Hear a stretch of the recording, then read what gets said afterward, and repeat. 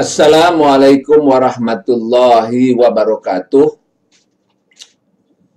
Para sahabat yang dirahmati Allah, kita berjumpa dalam pendidikan dan pembelajaran untuk meraih sukses, husnul khatimah, dan surga, atau yang kita singkat dengan SHS, dengan cara belajar, teori, berlatih, dan praktek keseharian atau TBP.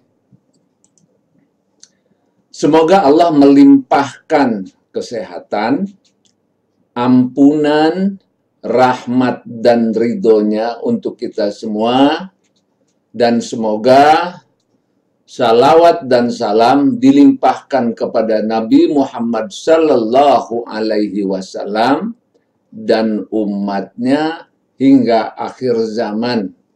Amin. Tema kali ini adalah kita memohon kepada Allah tentang jalan yang lurus. Ihdinas siratal mustaqim. Apa makna jalan yang lurus itu?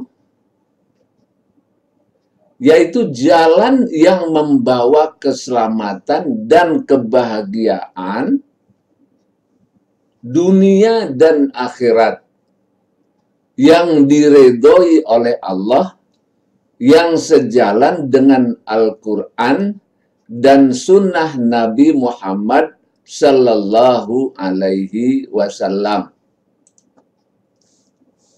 Di dalam surat An-Nisa ayat 69, jalan yang diridhai Allah sebagaimana dan dimaksud dalam jalan yang lurus itu adalah kita melihat di dalam surat An-Nisa ayat 69, dan barang siapa yang mentaati Allah dan Rasul-Nya, mereka itu akan bersama-sama dengan orang yang dianugerahi nikmat oleh Allah, yaitu para nabi, para siddiqin, orang-orang yang mati syahid, dan orang-orang yang saleh.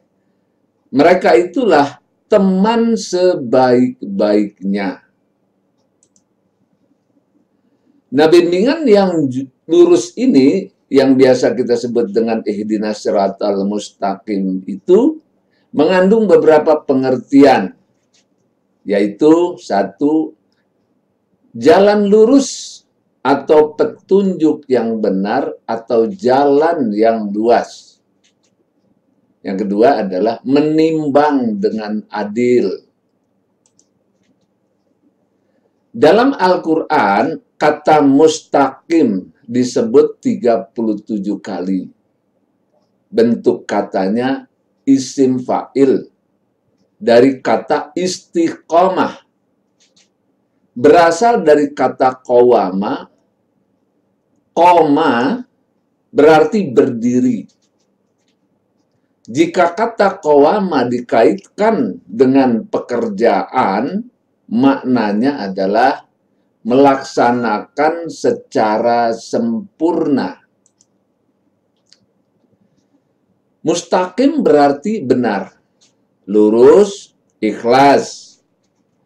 Dalam bentuk istiqomah selalu dipahami sebagai sikap teguh pada pendirian atau konsisten, tidak condong atau menyeleweng ke kiri atau ke kanan, tetap berada pada jalan garis yang lurus yang telah diyakini kebenarannya. Para ahli tafsir telah sepakat seluruhnya bahwa siratal mustaqim adalah jalan yang jelas tidak ada penyimpangan di dalamnya. Nah, beberapa ulama mengatakan siratal mustaqim maksudnya adalah kitabullah. Makna lainnya agama Islam. Maksud lainnya adalah jalan petunjuk menuju agama Allah atau jalan menuju surga.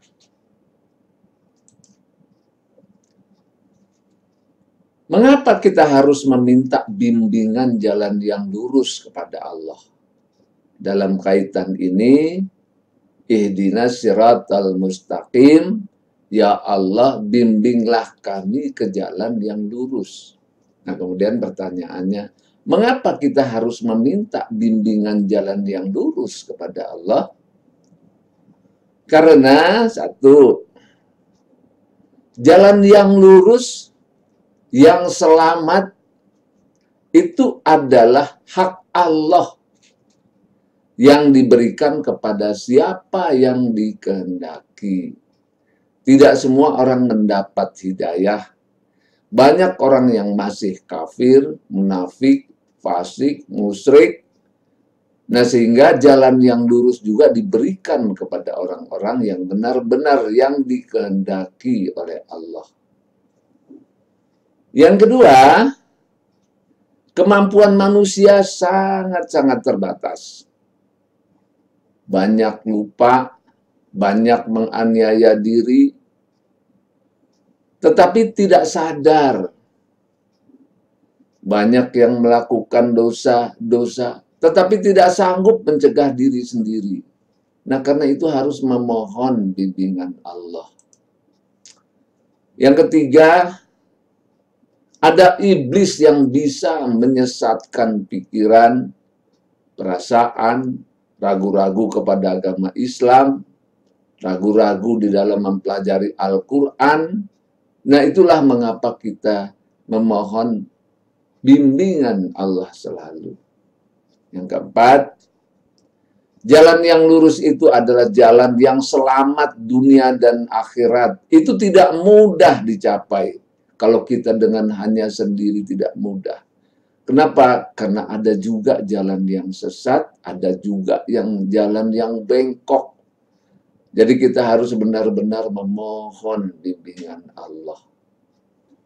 Yang kelima, perjalanan hidup manusia sangat panjang di dunia sampai di akhirat. Panjang sekali. Terlalu banyak hal yang tidak kita ketahui. Banyak hal yang membahayakan, menyesatkan, mulai dari dalam diri sendiri. Begitu juga di luar diri kita, manusia-manusia lain. Sehingga kita benar sangat memerlukan pertolongan Allah. Yang keenam, bimbingan Allah itu tetap sangat diperlukan. Karena bukan hanya kita membimbing satu sisi saja, tetapi diperlukan untuk membimbing hati kita, membimbing pikiran kita, membimbing jiwa kita, membimbing perilaku kita, agar kita tidak menyimpang dari Al-Quran. Kita banyak menyaksikan banyak orang yang tadinya beriman, kemudian akhir hidupnya kafir dan sebaliknya. Nah, sehingga benar-benar kita mohon dibimbing oleh Allah. Yang kedelapan, kita juga menyaksikan ada ulama yang saleh, lurus. Ada ulama yang jahat, apa yang disebut dengan ulama su'. Kita tidak tahu mana yang harus kita ikuti. Karena sama-sama bahasa Arabnya bagus. Hafal Al-Quran, hafal hadis, pakai jubah, pakai sorban, jenggotnya panjang. Bahkan ada yang bergelar profesor agama. Kita tidak tahu yang mana yang benar. Sehingga kita benar-benar memerlukan bimbingan Allah Ta'ala. Yang kesembilan, ada kehidupan dunia yang lahiriah, ada yang batiniah, ada alam gaib, alam jin, setan, malaikat, alam kubur, alam akhirat. surga, neraka. Kehidupan itu sangat luas. Sedangkan manusia sangat terbatas pengetahuannya, sehingga sulit memahami keseluruhannya itu. Bahkan tidak mungkin karena terbatas sekali. Karena itu sangat memerlukan bimbingan Tuhan, bimbingan Allah untuk memahami semua agar hidup kita selamat, sejahtera, bahagia dunia dan akhirat.